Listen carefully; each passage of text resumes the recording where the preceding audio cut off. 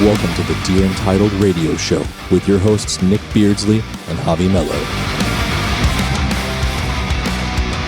What's going on, everyone? I'm Nick Beardsley, and this is my co-host Javi Mello, and you are listening to Dear Untitled Radio. Today on Dear Untitled Radio, we're chatting with the metalcore act Until I Wake. Really stoked to have you guys on today. If you want, you can take a minute, go around and introduce yourselves, I should say, and let's get started. I'm Ryan. I'm August. I'm Cody. And I'm Alex. Sweet. You guys have come out of the gate. I mean, it's been a couple years since you've been around, but lately, since September and your new album dropped, you've just come out of the gate, guns blazing, gone on some incredible tours. I know last time that Javi and I talked to you guys, it was about 2 years ago, and you taking it back to you were just signing the deal, your record deal, and you know so much has happened since.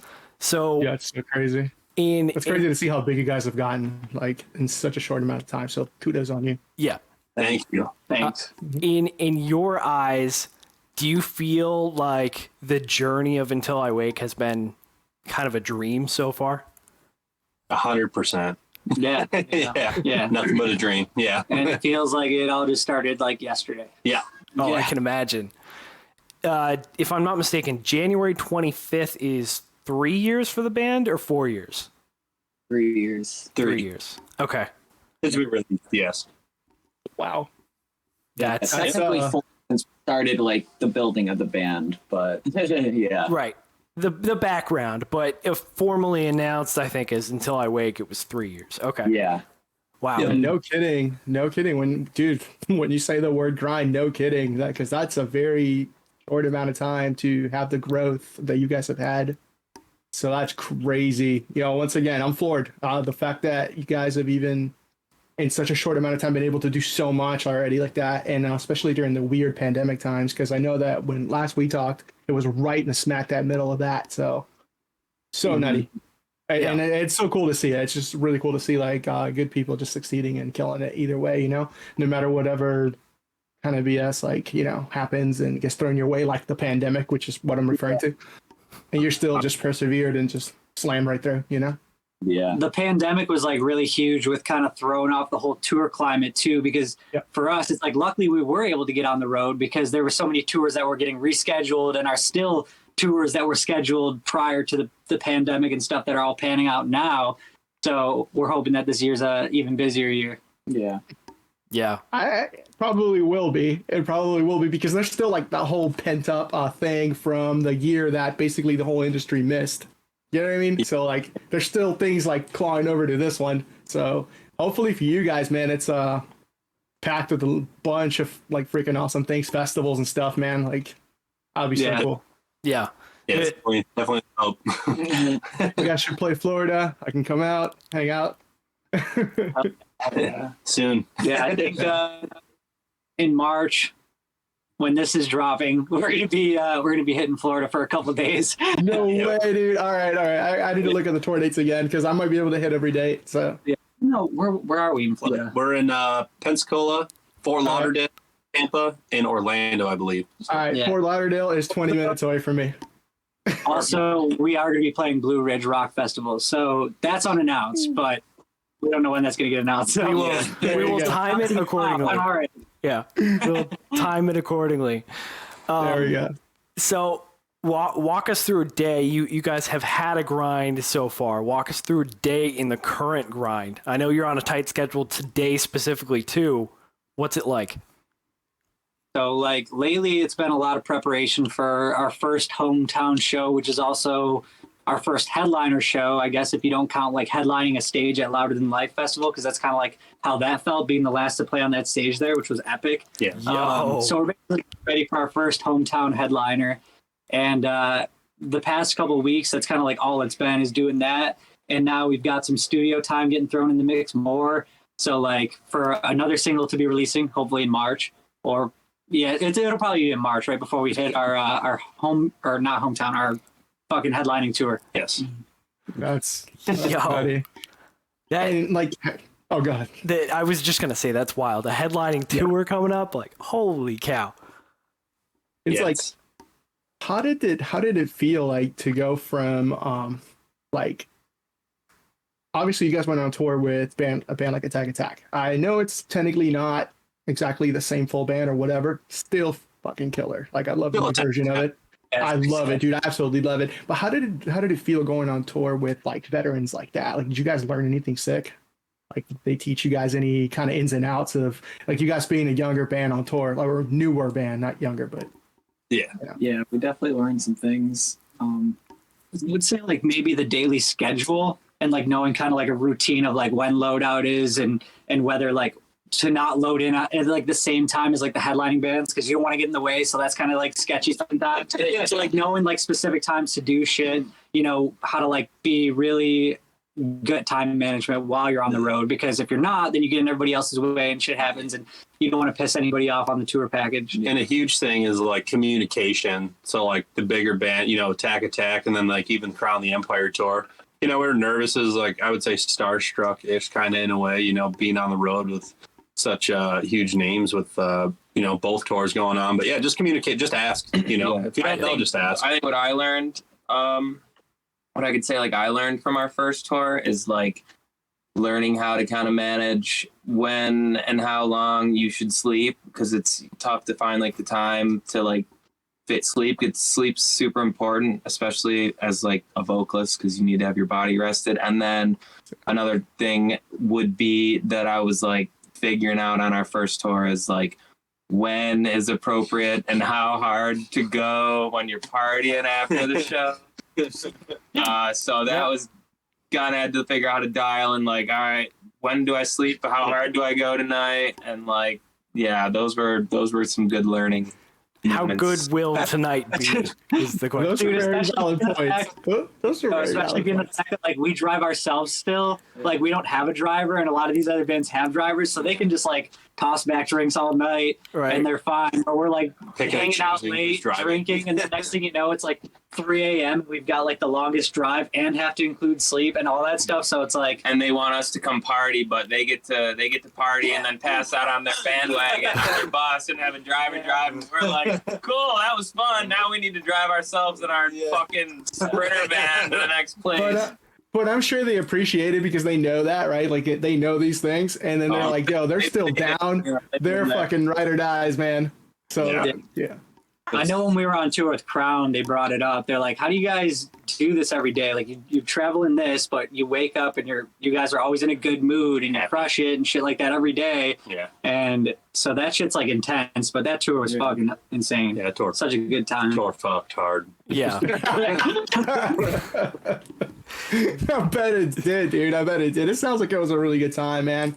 I missed the shit out of touring myself. I absolutely miss it. So it's cool to see it vicariously through you guys. And I've been seeing Ryan's stories and stuff, like whenever like all the crowds and all the shit that you post. It's so cool to see that, man.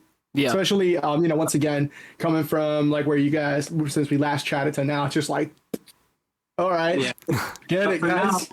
there's still the post-tour depression post though too. You know, until we're on the road like 6 to 9 months out of the year, which hopefully happens sooner than later because we'd all prefer that probably. Yeah. You know. Yep. Until then, there's always going to be some post-tour depression for sure. Yeah. As more of the let's say fanboy in the room here, what was it cool touring with like childhood idols? You know, like you had to have grown up listening to these guys, and now you're opening for them. Yeah, dude, it's even cooler to figure out that they're actually genuine, cool, and nice dudes. Yeah.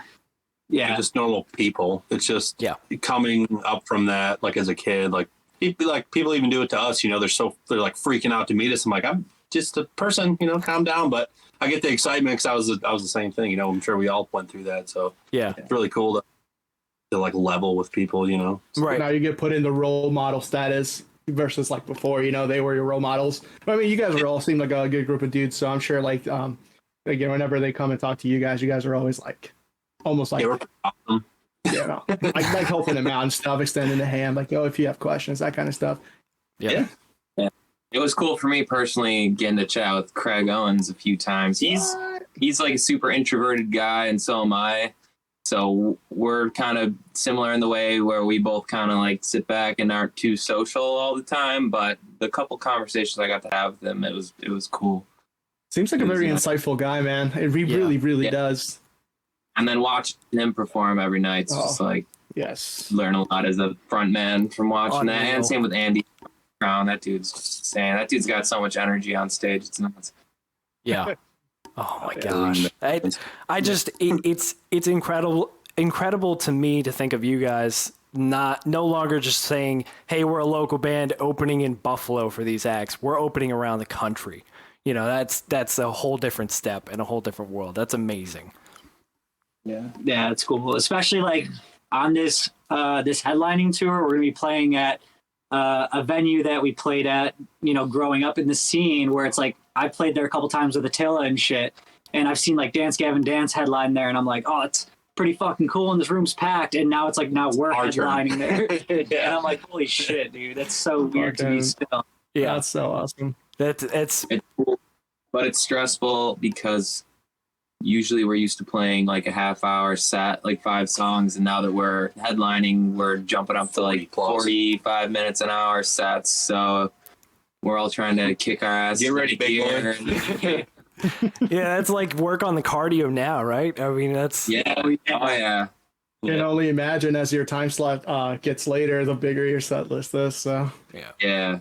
well. I guess the biggest question: are you hiring a driver? Think this next time around, yeah, absolutely. Like driver / merch / it's actually my cousin. No, is there you Nick go. throwing himself here? Are you applying, Nick? Yeah, you know, I do drive a bit now, so yeah. I've seen him just in a span of 2 weeks pull some beast mode shit though. So, Bro. So, tell us a little bit of the lore. You don't have to go into detail too far, but tell us a little bit of the lore of how Until I Wake kind of came together. You know, obviously other interviews out there and other discussions you've had, you know, you're floating around the Buffalo scene, kind of knew each other, previous projects, knew you I'll were... give the short and synopsis, because if I let Ryan do it, he's gonna go on for an hour. Okay, I'll give you the short and synopsis. We all grew up in the same area around Buffalo, New York. We all played in like local bands in our local metal scene. We've all been in and out of the same bands or played shows together, so we all have known each other for a long time. August and Ryan were working on a pretty big project that was supposed to blow up, but unfortunately it didn't work out. And then they approached me to start a new project. And then we all came together after years and years and years of just doing the whole local grind. And then they had made some good connections with people, with our producers who we work with now, who are now our good friends. And then we really just, Ryan, with the calculated brain he has, just made sure that we did it right with all the marketing and how we set up releases and stuff. So we just, and it all worked out. That was pretty rad. short and sweet. That was actually sweet. That was short and sweet. Oh, he's like, did I leave anything out? No, I'm curious if he took a breath in that. He just like... I've heard it so Vocal many stamina. times. I'm so sorry. It's vocal stamina. He's just preparing for Tornado. That's all it is. Yeah, exactly. I'm doing one with breath. I'm not trying to retract these questions. I'm so sorry. Well, I have a little bit of a slightly more like spicier question regarding that. So, you know, being that you guys have all been around the scene for a long time and have played with a bunch of different people and now have collectively come together to form Until I Wake, is there any advice you would give to like a younger band that when they're searching for members, right? So what are some of the, I guess, red flags you would see in a member that's immediately like a dude, I don't know about this guy or this girl, whatever, you know, this person. I don't know about this person, if they're going to make it or not. Is something in the mentality and the way they think or shit that they say? Like, what is like a red flag that you see? Yeah. Just like commitment to you know, your team and the band itself and showing up. And if they don't got a job and make money. Yeah, their habits and their work ethic. Like if they're a lazy person, don't work with them. If they're like really into drugs and shit, obviously don't want to work with people like that. If they're not financially responsible, you don't want to work with people like that. Mm-hmm.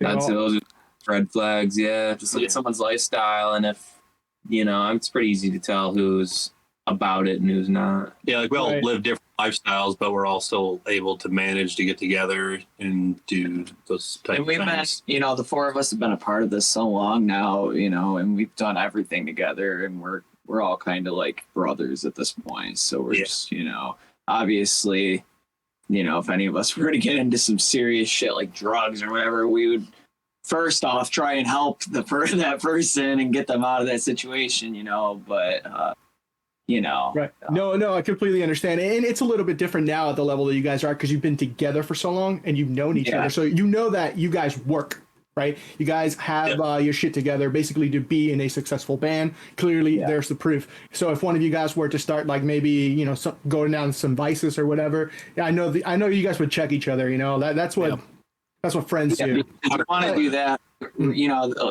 having to switch a member up is the very, very last thing you want to do. And obviously, we couldn't envision this band being anybody, it being any other way than what it is. No, and If you have a gut feeling that if you're a little sketched out by someone, if you're trust your gut because usually your intuition will tell you if you can You're probably rely on ready. somebody. Yeah. Yeah. You're like, that's- don't do it. Yeah, that's a very good point. And I feel like I had to ask that because I feel like a lot of times, man, that little thing right there gets missed so hard. And there's so many bands that could have had all this potential. And maybe the one person like spearheading most of the stuff in the band, like all the social media and all the marketing and all that stuff, it's just kind of wasting his or her time, because the other members are probably not about it. They're not, like you said, they're like maybe lazy, not financially responsible. I mean, one thing I understand is like not having the best paying job, but I mean, at least you're still down to throw some bucks towards the band. Like you have to, it's a business at the end of the day. Coming off of that, like that's another big thing is like, we've seen a lot of people, in the scene, local scene or whatever, they're not willing to invest into, they want these big things to happen. They want these goals and everything, but like, they're not willing to invest like $100 is like $1,000 is like, oh my God, Like, it's gonna be tough at first. You're gonna be broke. You're gonna spend a lot of money on it. You're gonna make sacrifices for it, and if you're not willing to make sacrifices for it, then it's not gonna happen. we were all willing to put ourselves in very uncomfortable financial situations or just situations in general, having to leave jobs just to go to the studio for a weekend or get, it's not easy. No, not at all. And I can't imagine anything like the studio being, I mean, I'm sure it's affordable to an extent, but it's not a local guy you guys are going to, so it's not cheap, Like I can imagine that being. Don't just settle for like these mediocre people just because they're close to you. Like you need to search for like people that are going to give you the best quality stuff. It's like a tattoo artist. Cheaper is not better. Same with music. Like Invest. It's definitely a quality over quantity thing. I think that people just get excited to release new music so they have something to talk about or something for people to get excited over for a couple minutes. And then it's like, but how far would it go in the industry? All your friends might like it because they like you, and it might be something to go to a show and throw down to, but like, would you pitch that to a label comfortably and expect them to respond? Oh, I have a good story about all this. So the very first time we were going to go record our very first song, we ever recorded as a band, Ryan was like, all right, we're going to leave at 7:00 in the morning to go to Michigan. And I didn't wake up on time, so they left without me. And I was like, fuck, what do I do? Like, I've never driven that far by myself, but I don't want to miss this opportunity. So I fucking got in my car and I drove my ass there myself. And I said, what's up, guys? So, like, you got to be willing to, like, you gotta keep up with it. You gotta hustle. Yeah. That sounds a lot right there, man. You know what? A lot of people in your situation right there in your shoes would not have made that drive. I was thinking, like, there's part of me that was like, oh man, am I actually should I go? I was like, dude, I have to fucking go. Yeah, absolutely. Actually, Cody has another experience coming up at the end of January where he's going to have to hop on an airplane. Oh, yeah. And, I haven't been on an airplane in like 10 years. I'm terrified of airplanes. I hate elevators and airplanes. And man, we're going. I feel you on the elevators. All man. of the I'm above. claustrophobic. I have severe claustrophobia. Like I don't know how severe it is, but it's pretty bad. Like I hate elevators, especially when they're like overcrowded. I'm just like, fuck that. I'm going to stairs. Screw this. Airplanes I can deal with. I've had to take some pretty lengthy flights in the past, but it still sucks. So I kind of sympathize there. Well, I definitely sympathize with you there. Still not Doesn't fun. feel bad for you at all. Yeah. Yeah, he definitely Take some did. melatonin or something and just pass the hell out, man. And hopefully you wake up and the shit's landed. We have a pretty long flight too. Yeah. Window seat it and not off, hopefully. Yeah, just chill, man. You want the window seat? Yeah. Give him the window. Really? So I can lean my head. Are you gonna against look out it? Yeah, I'm gonna look out. Oh, nice. Oh, Take a little kid out the window. that's Is exactly. this flight something you guys can talk about? Yeah, we're flying from Buffalo, New York to LA to work on some stuff with Eric Ron. Woo! Hell yeah, dude. I love his shit, man. The stuff he's done with the new stuff he did with Godsmack sick. I like that stuff though. Yeah. Hell yeah. I like the Blood Rock vibes. And I love the shit he did with New Rain City or Slaves. That was cool Yeah. too, man.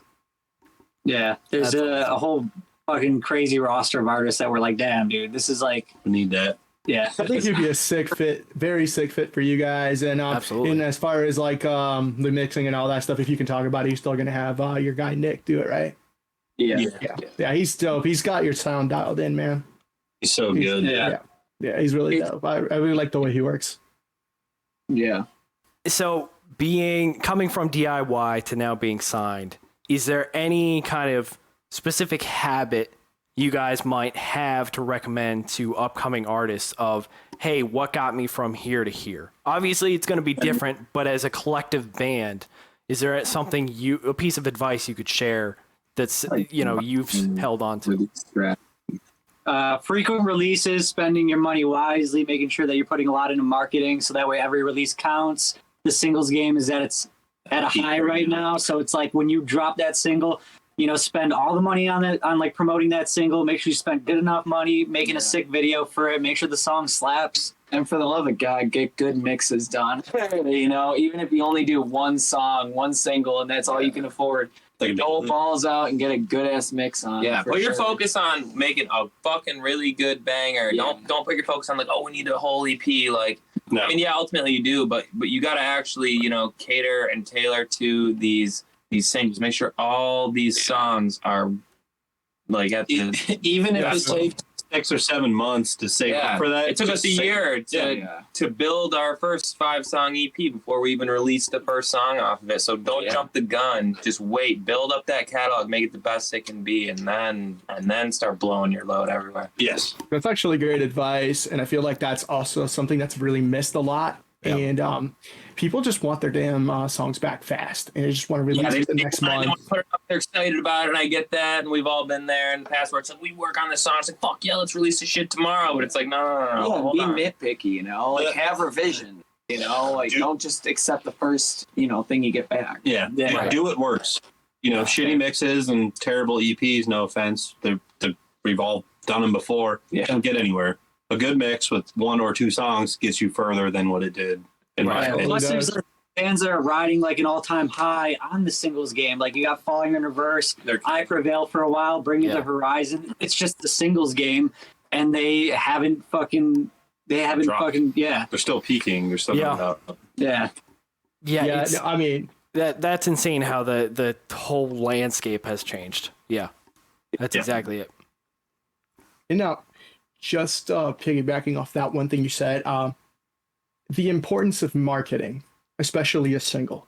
Okay, I feel like that's another thing that Nick and I always talk about this. How it's another thing that's not enough people take advantage of their social media platforms or know how to even. Is there any advice you can give into basically for a younger band that's wanting to do everything right? Is there any advice you can give them to do it like in a way where it's, I guess, more optimal? Shit, dude. Consistency is one Yeah, thing. consistency Yeah. important. You can find out in Ryan's seminar. It only costs you $90 for him to tell you how. Honestly, I was gonna say Ryan is this. I didn't know you had this something machine. like that. Layer. I don't know. I guess like sucking it up and doing all the shit that you don't want to do, especially TikTok. Oh, Like, man. we're still trying to bust Cody's ass to get into TikTok because he would do so well on I there. hate If he just posts a video that was like, "Hi, I'm Cody," people would be like, "Oh my god, look at his hair and stuff." And like, also he's the singer of Until I Wake, so like, he already gets like. Cody will make a post that's just like a bathroom shitty selfie of hi. himself that just Shitty. it's just like No, Just he serenade the looks world great, real but the quick. quality of his old phone was terrible. And And he's he would just be in the bathroom and stuff like that. And he would just post it. And it's like 1.4 thousand likes, whatever. Yeah. And it's like, dude, just post a video on TikTok, and you're gonna. It's just people are just Yeah. gonna like it. Yeah. So Ryan, question for you here, since you're the marketing dude. Say you got a single, right? And you release a single. So now we've established that it's very important and imperative and that you absolutely promote the crap out of it. When is it too much for the one single? Like how much promotion is just too long before you need to release something else? So, I mean, for me, like, I think that the first couple weeks is when you go ham at it. Like, you let it get like some organic growth right off release, you know, or else you're paying for the views and the plays that you would have gotten organically, you know. So dropping it, letting it go for like a couple days, then hitting it hard with the marketing for like a couple weeks after that, you know, and then kind of like slowing down the pace, but continuing the marketing. And like, if it was up to me, like if we still handled our own marketing and stuff, you know, I would continue to like put like little bits of marketing into the last releases up until the next release, you know, just a couple bucks here and there just to keep it kind of going, popping up on people's radars until there's something new. Then that new track drops and then it's just like hit that one hard as shit, And you know? 2 to 3 months is kind of like the point you want to release your next single. Yeah. Yeah. So like releasing new music. Yeah. When we first started, we were on like a release schedule of like a month and a half to 2 months before dropping a new song. And that's how within the first year of being a band, we were able to drop that EP or the songs, make each of those get like single marketing. We tried like different music video vibes for each song. Then we did like a lyric video that was like half video, half lyric video. Cody hates it. In my living room. And we did, but we self-shot that. So we didn't spend shit on it. It looks cell phone. it looks cool. You know, it doesn't look like the worst for like a self-shot video and what we're going for. Because to be fair, I personally in my head, I was like, I want to make a music video that looks like Payphone, the cover by Crown the Empire, where it's like their silhouettes and then you got the lyrics coming up. And that's exactly what we did for it. And we were on a budget, so we're like, we'll put a bunch in the marketing, but like, yeah, but we'll shoot it on our own to try it out. And then we even had to toss in like a goofy little like streaming video, which is the chick revolving or like spinning around, whatever, for Mixed Signals, which I think like collectively was not our favorite single that we wrote and put out. We writ that. That we writ. Yeah, that we writ. That's Western So, New like, York we coming kind out. of- If we could rank every song we have in our catalog, That's last. Mixed Signals at the bottom. I still love I'm the only one who will disagree. but I think it's but that's Is it a guitar heavy song? Is that why? and surprisingly, Less of Me, which is like a slower song, is like one of our most streamed songs. Yeah. yeah. Gotcha. People like the Gotcha. slow dance to it. That's all. I know. Well, I've got a favorite song. I've got a favorite song from you guys as well, and it's because of the Okay. lyrical content. For me, is that song Octane? Hell The yeah. lyrical content, because I've experienced That's something like this multiple times. I Hell yeah. think at least, you know, I will never really know what you guys wrote it about, but like, you know, you can interpret it in whichever way, right? So I have my own way of interpreting that song, and that also Wow, speaks bitches volumes. trying to talk shit after you are done with them, dude. Well, fair enough, man. That's what I took it as well. But you know, you just never know. You just never know. I've like heard songs that you know, on the outer shell are about a girl, but really it's about drugs. You know, like Yeah. it's taking me for a fucking trip. Trying to tear your name down, and when you're, you know, on the up and up, and they're like, dude, your opinion doesn't matter. It's kind of like moving on, Pat. Like, dude, I'm moving up, and you're at the same level. It's kind of like what that song's about. Honestly, man, I couldn't agree more, because anytime anybody gets success, there's going to be that group collective fucking Oh, yeah. people that are just going to run their mouths, but they're always going to hate on people that are actually doing shit and putting themselves out there. That's hard enough as it is, man. You're vulnerable when you do that, and you have the balls to do it, right?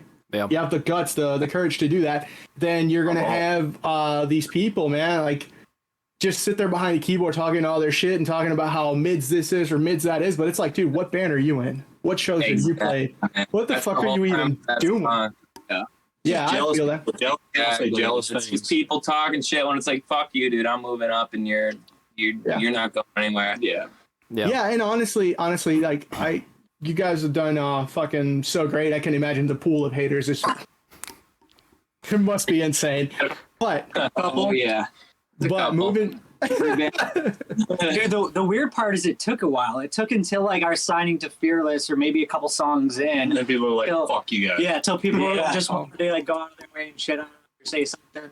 Just jealousy is all it is. Yeah, which is fine. I think it's fine because like on the outside, like for us, it's like we deal with these people and our family and the people that we work with. So it's like, you know, we don't go looking for drama. We don't cause the drama. We don't get online and have to respond to negative stuff and everything like that. Like there's people that will just do it for us that are our fans now that are like sticking up for us, which is sick. You know, it's and honestly too, I think like if you stoop down to that level, you kind of shoot yourself in the foot as an industry professional too. So it's kind of pointless to do that, right? So and to piggyback off that, because that's actually a very good point, right?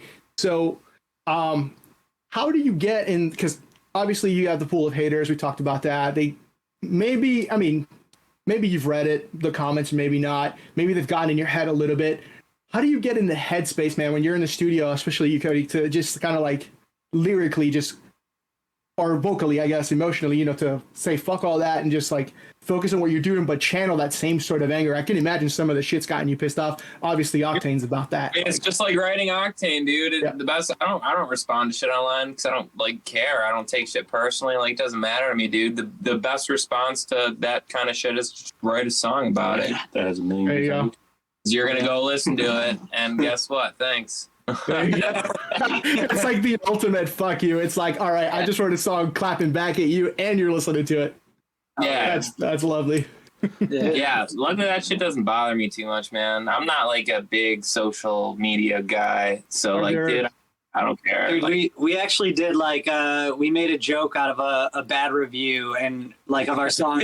Somebody made like a video review of one of our songs, and then they're like just talking shit about it and just hating on it. But their buddy was kind of into it there, here and there. And they're like, oh yeah, maybe. And then they're like, no, it sucks. It sucks. Like trying to convince themselves that they hate it. So we clipped it. We clipped what this guy said. He was like talking shit about how we were like, and we were like blah, and we were like mediocre and boring, and we sucked. And so we clipped it and we made it our intro to what we walk out onto stage to at our. Oh my god! And it was fitting too because like Attack is like they're super goofy. They're into the memes and everything like that. Yeah. So like we had to go ready for that tour because it was like a goofy fun like You're intro, too close to Canada. Just fucking around about something, you know, not taking it too seriously, but making it lighter and making a joke out of it and shit like that. Because it's like, dude, if you do something dumb, like, of course we're gonna fuck around about it. You know, we're not gonna talk shit to you online, but we're definitely gonna put you in the intro, Put you on blast. and then at some point during the set, his voice comes back in and he's like, let's move on to the next song. And we go into our next song. we just clipped this guy that was talking shit about us and we put it into our set. We thought it was funny. Oh, That's hilarious. my goodness. And low key, our intro also, it was like a dubstep thingy, and the whole entire tour, Alex had no clue, but the intro was like, until I wake, eggs and bake. Never heard that the was whole literally the words in our intro. Yeah. You And can see just it like fucking around and being goofy and loose, and like, you know, it was fitting to the tour because it was just a fun fucking party of a time, you know. And That's awesome. I That can't. voice clip we were talking about, if you type in like live videos of us on YouTube, you can hear like it in the background. I'm straight up gonna check that out. Yeah, Definitely do that. there will be a link to that somewhere in this description. I know there will be. Yeah. Yeah. Go ahead, Javi.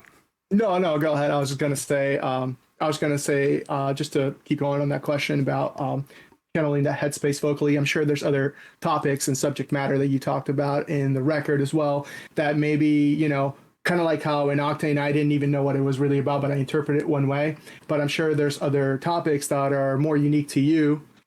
And I'm sure some of them are deeper and like darker and shit like that. You know, how do you put yourself in the headspace to do that without, you know, maybe like the darker topics, like the channel those emotions? How do you do that without like, is it therapeutic for you, I guess, doing it? How do you go Versus back into slipping the further? dark space in your mind to like put it out again? Yeah, I don't know. I've always just loved writing, and I've always been kind of good at writing. Like, I was suck at math and all that shit in school, like in high school and shit, and I was always good at like writing and that kind of stuff. And I've always just seen myself as more of an artistic, articulate type of person. So yeah, I don't know. When I'm taking the instrumentals and I'm just like vibing out, I like to be alone most of the time. I like to get by myself and kind of just listen to it and see what vibe it brings. And then I don't know, it's just like a natural thing, man. I don't have to like, it's not like method acting where you gotta like kind of become a psycho, but like I don't know. I just kind of think like what this song makes me feel, and then I just start spitballing and writing little pieces to it, and it all comes together like a puzzle. Gotcha. So you kind of channel it off the emotions and vibes that the instrumentals give you. You channel it off that. Yeah, that's how I like to write. I know Cool. some artists like to write like lyrics and vocals first and build instrumentals around it, which I'm sure we'll try on this new record. But as far as this album went, yeah, I think we felt out and pieced together the instrumentals first, and then I kind of sat with it and kind of Let it get to your heart. Yeah, I kind of felt like how it resonated with me and what topic I wanted it to be about, and then just started kind of writing off that. I mean, that's valid, and that's a great point. And the reason why I was asking that question, I know it was a little bit of a word salad just now, because it's hard to put it into words what I was really after, but you answered it like flawlessly. I've basically had it the other way around, where it's like there's a set of lyrics that takes you to a weird place, and you've now got to write instruments around this that will match that vibe. And then the artist, usually the vocalist, has a really hard time re-singing that in the studio because they have to mentally go back to that, you know? Like when it's something really powerful. So I don't know how everybody handles it, you know? But I'm sure we'll try a song like that where I kind of think of something and we build an instrumental around it. But yeah, no, generally like when we're writing instrumentals, He rips off of us. Yeah, I like to rip off the instrumentals and we make sure that we have like, you know, we make sure that we have a diversity in our instrumentals to where we're going to be able to cover like, you know, different types of, yeah. Absolutely. Yeah, totally makes sense. And that's a great approach, actually. So, hell yeah. Do you, in your writing, obviously, since Inside My Head has gone so far, so quick, I mean, you guys just in general, again, I have to repeat that because it's incredible how far you've come. Since you've felt that success with what you've written, is there, going into something new, I know you've been in the studio already, is there somewhat of a kind of, do you struggle with a roadblock of almost perfectionism? Like you have to outperform your last material when you're in now writing, or are you just continuing to write what you're doing and saying, screw that, that was great, we're going to build off that, but do what we want? Yeah, I mean, there, you know, we definitely want to outshine the last album, but as in terms of like, are we out of steam from the last album? No, man. I think we learned a lot from writing the last album. We're just going to improve on it and perfect it in the next one. Yeah, we're still going strong. Yeah. Nice. That's awesome. Yeah, I absolutely. definitely know. Sorry, Javi. No, I was going to say, no, just what Cody said. So there's no real pressure. It's just keep going. Man, no pressure, dude. Especially with working with our producers. I know some bands, you know, they'll work with their producers and they're not like super close, but dude, with our producers, it's like going to our brother's house. Like they're like our good friends, and we're chilling and hanging out, and we're writing music and playing games after we're done, and we're just like, dude, it's so easy and smooth to go there and work on music. So no, it's not really the like vibes are right. Like that. Yeah, that's awesome. I feel you.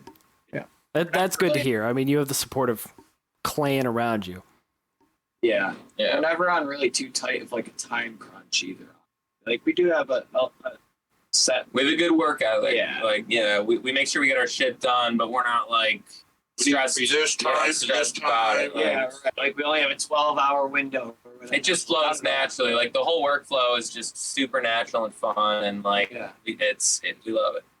As it should be, man. As it should be. Yeah, and that's the piece of advice I think every upcoming artist should even listen to here, because look, you can spit out your song in 12 hours, but it's not going to be as good as, you know, kind of letting it sit a little bit, work, you know, high quality, like you mentioned earlier, you know, putting some additional effort, money, time, like thought, you know, without deadlines, you know, you need deadlines obviously to function, but, you know, give yourself a little slack. There's some advice too for other bands. Book yourself like an extra day or two so that you're not rushing, you're not stressed. We got to finish this. Like, give yourself the extra time, man, because it won't be the 100% that you want it to be. Yeah, even if you don't need to use it, guess what?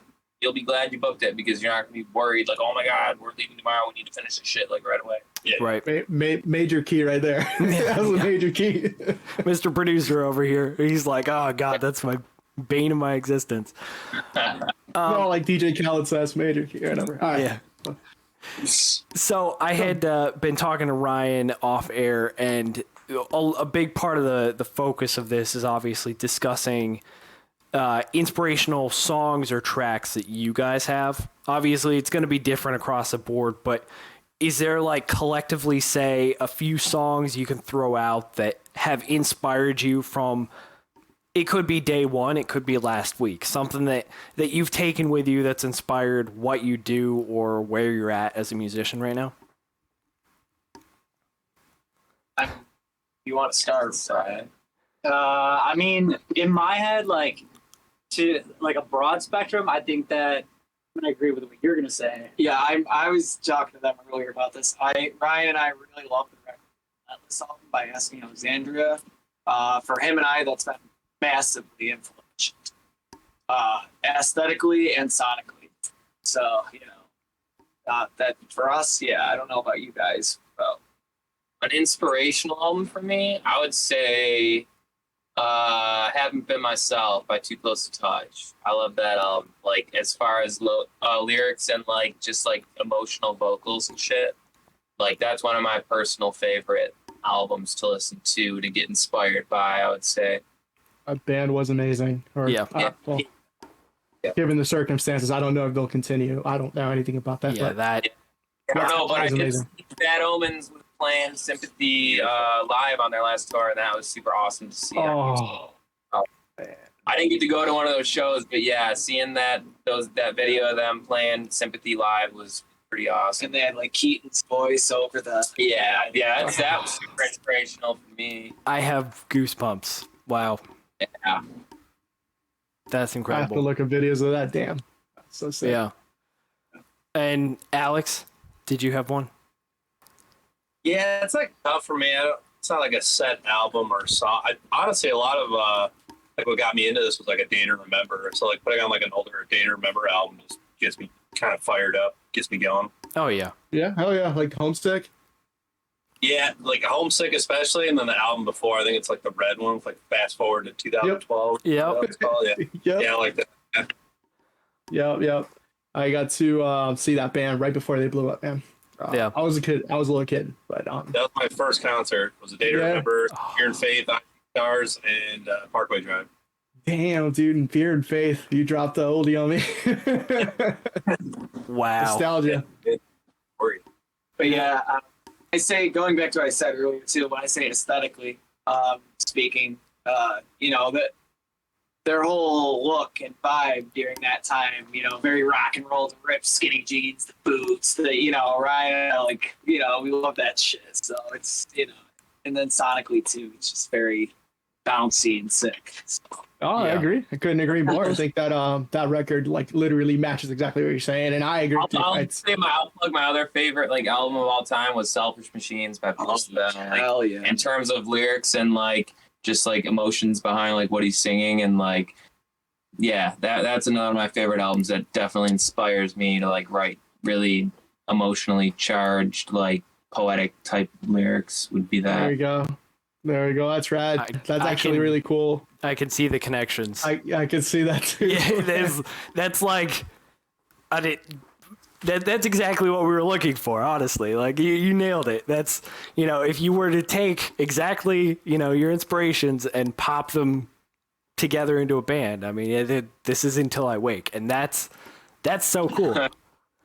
At least to Hell me. yeah. Obviously everyone has different interpretations of music and all, but that's exactly why we do this. And to see cross inspiration from, same thing. Loved a bunch of those tracks, bunch of those artists, to share that and connect to, oh, hey, this normal person, like you guys said, even the guys in Attack, this normal person liked this band too. Oh, cool. Even that's a little step to connecting with one of your favorite artists. Since we talked about your influences and stuff like that, and each one of these bands has something about them, right? That made you say, holy shit, wow. Like August, you're talking about the aesthetics and stuff like that. And Cody, you're talking about the lyrically, emotionally charged stuff from both of the references you gave out. And same thing, Alex, you're talking about like the fucking bounciness of A Day to Remember, which I couldn't agree more with you guys. Now, that being said, that's kind of like, I guess you would call the band's identity, right? And you would say, now in today's day and age, like, obviously it doesn't apply to you guys because you guys obviously have an identity, and it's great to see that. That's why you guys are where you are. Is there any advice you would give to bands into developing their identity so they can cut above that whole fog of bands? And this is now like, national level bands that are actually just good, but they're, they kind of sound like every other ginormous band out there, and you kind of don't want that. Because the world already has Bring Me and Bad Omens, That's what you're good at. You got to do what you're good at and what like your specific talent is, and obviously use influences. Obviously you don't want to try to like rip off someone or try to sound just like something else. You want to take all those things, but you want to put your own personal twist and spin on it and do your version of that. You don't want to just try to rip off other shit. It's very easy to, be influenced by another band or, really like, oh my God, this band is my favorite band. I want to sound like them. No, you don't want to sound like them because we already have them. But you can still pull in. Yeah, you want to be relatable, but not the band. Exactly. Right. So I guess the advice would be that, like, be relatable and figure out how to pull in the influences without ripping them off. Exactly. Yeah. Cool. Yeah, I mean, one huge example, and I think everyone heard the conversation, but Bad Omens, a lot of people said, well, they're just kind of a Bring Me kind of rip off at times. It sounds so similar, and now nobody says. That was like the sweetest band for years. Now everyone's trying to sound like Bad Omens. Right, exactly. Right. Yeah, and it's incredible. I love that transformation, but you want to find that happy place where you're not the next A Day to Remember sound because there's a dime a dozen. It's exactly that. I guess I'll ask a more forward question, not to dive too much into it because, again, you guys are not at liberty to talk about everything, but are you guys, can we experience something on the next album? Can we expect maybe a directional change in something? Maybe in a song or two? I think we'll try some new shit. Yeah, I think we'll try some shit we haven't tried before, but ultimately I think it's just going to be a better, more evolved version of what we did last time. It's not going to be like a drastic thing where it's not going to be like, I'll use Aston Alexandria, like they were talking about, for example, where, you go from metalcore to like 80s rock shit. It's not going to be like sound completely different. But yeah, I think it'll be evolved and it'll just be a better version of what we did last time. With the same level of diversity. Yeah. Awesome. Yeah, I think it's important to keep it. Granted, like there were some people that were super critical about the first album where they're like, you can't do that being a new band. You can't have a rap song and then a deathcore song with a rock song and then a metalcore song and stuff like that. But it's like, that's the shit we like. We like all that shit. So continue. That's why we made that's why we made that album so diverse, is because nobody can be like, they strayed so far from their sound. Okay, well, Pick all of them. all of them sound pretty All of them different. are your sound. Yeah, Right, no, I got you.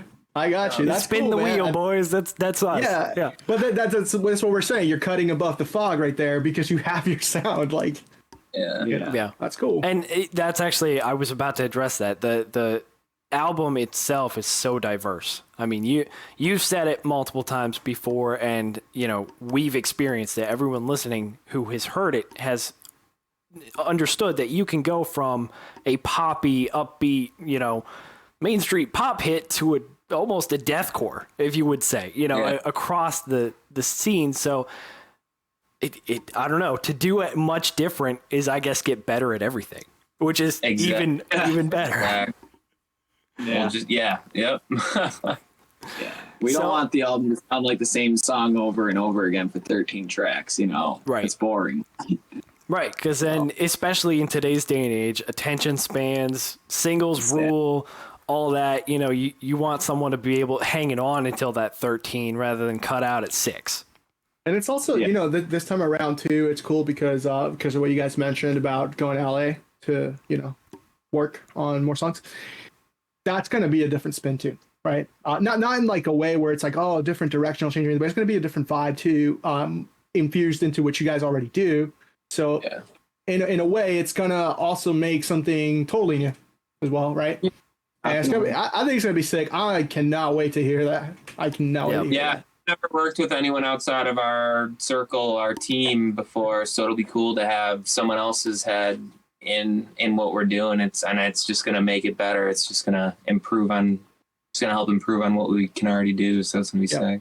Oh, I hear great things about him. I hear great things about him, and I have some acquaintances of mine that have worked with him. So yeah, you guys are in great hands, and I think it's gonna turn out super fucking cool, man. It's gonna be fantastic. You guys are gonna be very pleased with the work. Yeah, And I'm pretty sure he worked on the Haven't Been Myself album with Too Close too. Yeah. So I'm like Yeah. excited about that. Oh yeah, I was gonna say that earlier, but we were like getting into the influence and stuff. I was like, but he worked with That's them. perfect though. Yeah. Like, it's just That's awesome. ting ting ting. You're like But he worked lining with up. Bob Hillman, too. You're literally just yeah. lining up your goals and check mark. Good. That's so cool. Yeah. Good. And there's another piece of advice to give bands upcoming. You gotta have your goals basically on a checklist, man. You gotta keep checking those shits off. yeah. Yeah. And no matter how hard shit gets, like I'm sure you guys have been worked through in and out, man. Like, you've had your fair share of bad and crappy experiences. Like, you would say, like, don't let any of that shit get you down, right? Just keep fucking going. Consistency, like the same with social media, but with the band. Oh, you should give up. No, I'm just kidding. Yeah, you gotta keep going. Of course. Yeah. You heard it here. Your hopes are dashed. Sorry, guys. Down. You Don't done. let defeat in its defeaty breath Yeah. get close to you. Yeah. Hit it with If you don't TikTok. succeed the first time, just quit. Stop. Quit Quit again. Quit again. There you go. Ryan, can I request that as a TikTok from you? Like, just like, What? don't succeed the first time, just quit. Yeah. Your TikTok would probably get erased. Yeah, most likely. Life gives you lemons. Just say fuck it and bail. Oh yeah, Yeah. yeah. You guys know where that movie's from. Never mind. That's a quote from the movie. Oh my god. So this has been so much fun, and you guys got more work to do. Obviously, big things coming up. Is there any kind of final notes you want to touch on? Obviously, by the time this drops, you'll probably be mid tour. New music coming along, buzzing along. Big 2023 in store. Any last words?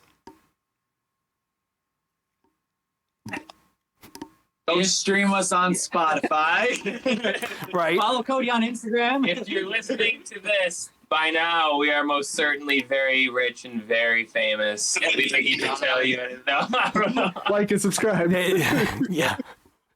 This Yeah, man thank you guys. manifest. It's fun. Yeah, hell yeah. It's always We really appreciate your time, guys. It was fucking awesome to have you guys on and answering all of our questions, and honestly getting more of a deep dive into what you guys actually do, and the ins and outs and struggles that you may face, and all the advice that you've given to the younger bands coming up. I think that's a very beautiful thing when bands that are doing it a little bit bigger, or a lot bigger in your case, are willing to help out via way of advice or whatever, help out up and coming acts that maybe want to aspire to get to where you guys are. So I think that's a really cool thing, and it's great that there's people out there that still are willing to help like that. So thank you. yeah. Sick. Cool. All right, guys. Well, this is Nick and Javi, and Until I Wake, signing off of Dear Untitled Radio. We'll catch you next time. Dear Untitled, here for the artists supporting the creatives.